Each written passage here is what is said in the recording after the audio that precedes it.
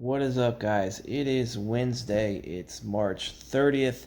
As you guys see, I'm kind of chilling on my couch right now. And the reason I'm on my couch chilling is yesterday I went in for a vasectomy. So, yes, a vasectomy. So, I got my balls snipped.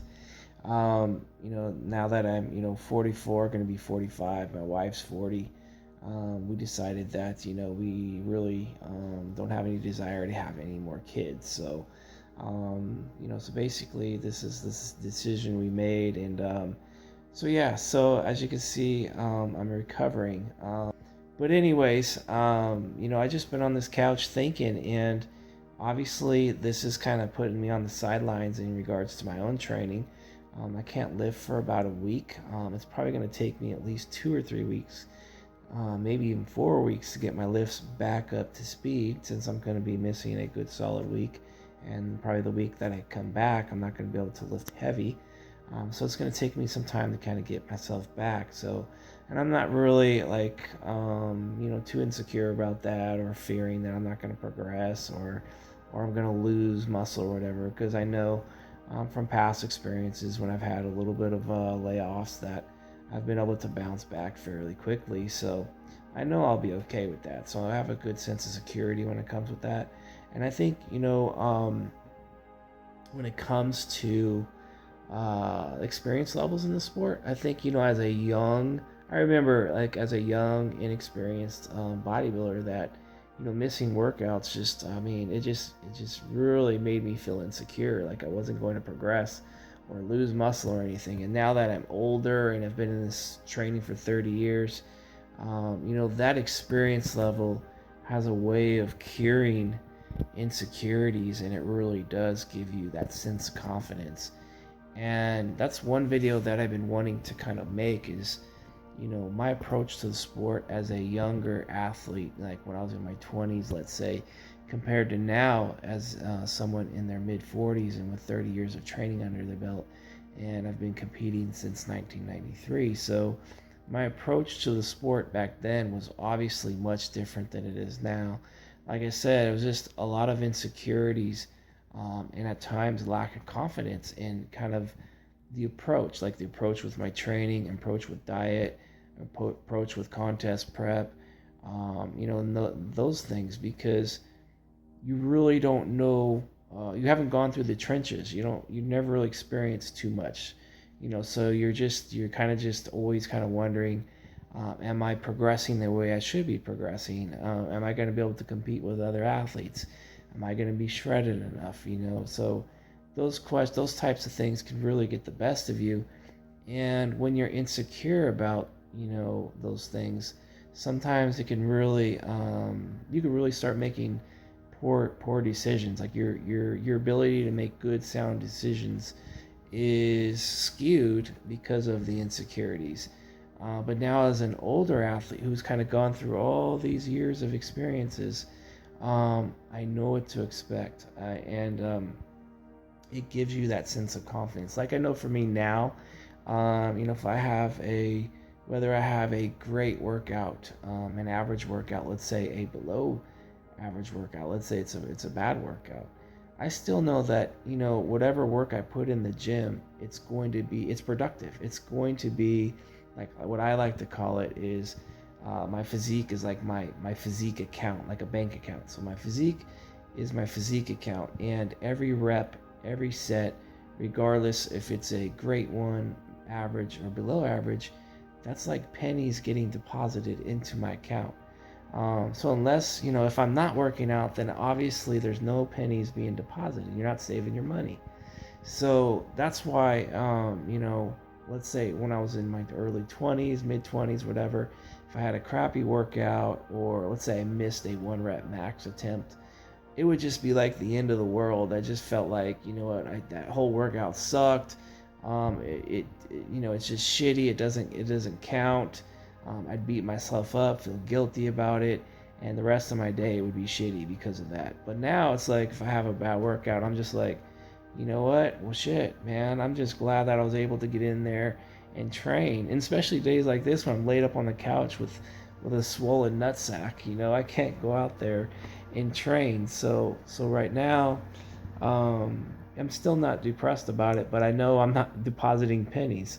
So I guess, as a younger athlete, I think experience level plays a huge role in our abilities with our emotions and our confidence level, and all that type of stuff. And if it's just one advice I could give to younger athletes is that, just you got to learn to be able to, of course, it's like a double-edged sword. You have to be really driven, and you have to have that eagerness to improve in order to make something of yourself. And that goes not just in bodybuilding, that goes in life in general. If you need to be a go-getter, and you need to have that drive, that passion, and that eagerness to get to your goals, to reach your goals. But on the other side of the sword, if you have too much of that, it can really shoot yourself.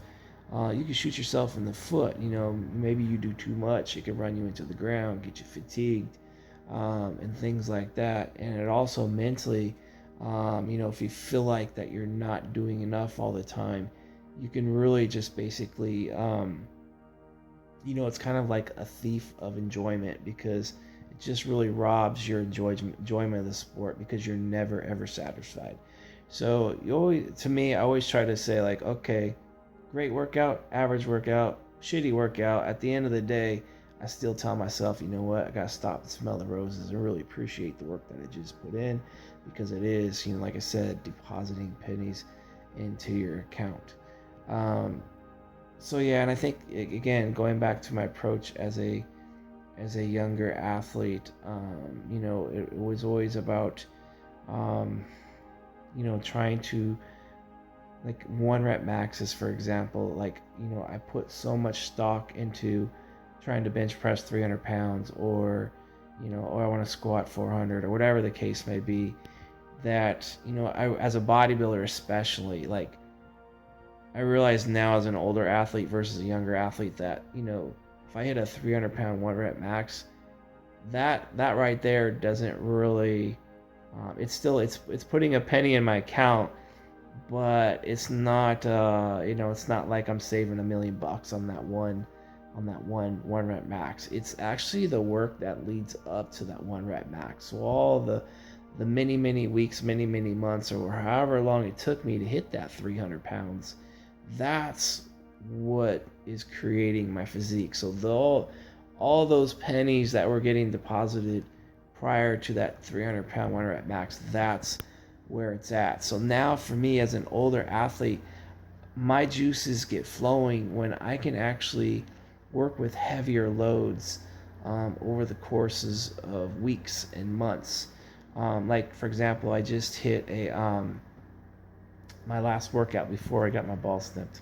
Basically, I did seated rows, and I did 210 pounds for 3 sets by 8. I've never touched 210 pounds on a seated row for 3 sets per 8. So it was a PR.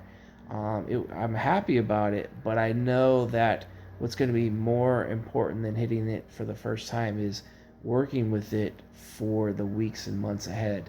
And I know that, touching it for the first time, the form wasn't where I would like it to be, because usually when you touch a weight for the first time, it feels super heavy, and the form can be a little bit wobbly or shaky.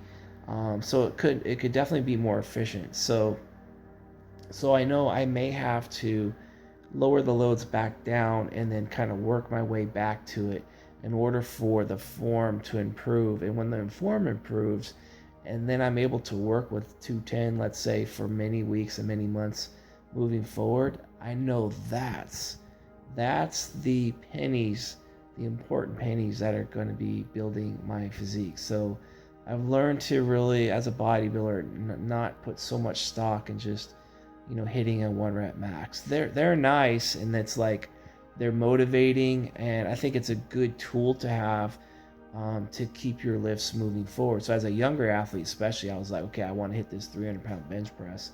So it really motivated me to put that work in order to hit that. So that part of it is really special. But I think the actual hitting it for one rep max, that doesn't really build the physique. Again, it's all that work that leads to it. So that's kind of my perspectives, as I've gone from, a younger athlete versus an older athlete. And again, it's like as an older athlete, I'm very confident in the work I am putting in. Again, whether it's shitty or it's good, I still know it's productive. And I don't let myself get too down when I have a shitty workout, and I don't let myself get too up when I have a great workout. I try to stay poised and even keeled because with 30 years of training under my belt, I've had many, many, many peaks and valleys. So I know when I'm on a high with training, another low is going to be coming at some point. And when I'm on a low, I don't let myself get too down in the dumps because I know a high is coming around the corner. So the thing that's really key is to really try to work on not just improving your physique, but really improving your mental game. Because if you can improve your mental game, it's going to really improve your physical game. Um, so that is really really huge in my opinion. And and I try not to lose perspective, as an older athlete, especially as a coach.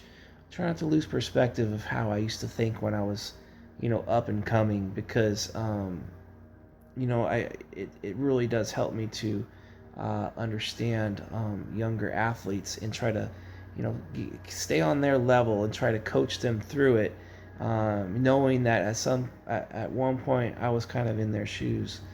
But anyway, I don't know if this is going to help anybody, but sure as hell helping me, because I'm sitting here on the couch, trying to recover from this little minor procedure I had. And I know that, I'm going to be not on my game as far as in the gym. I'm off my game right now, but I'm trying to stay mentally in the game and improve my mental game.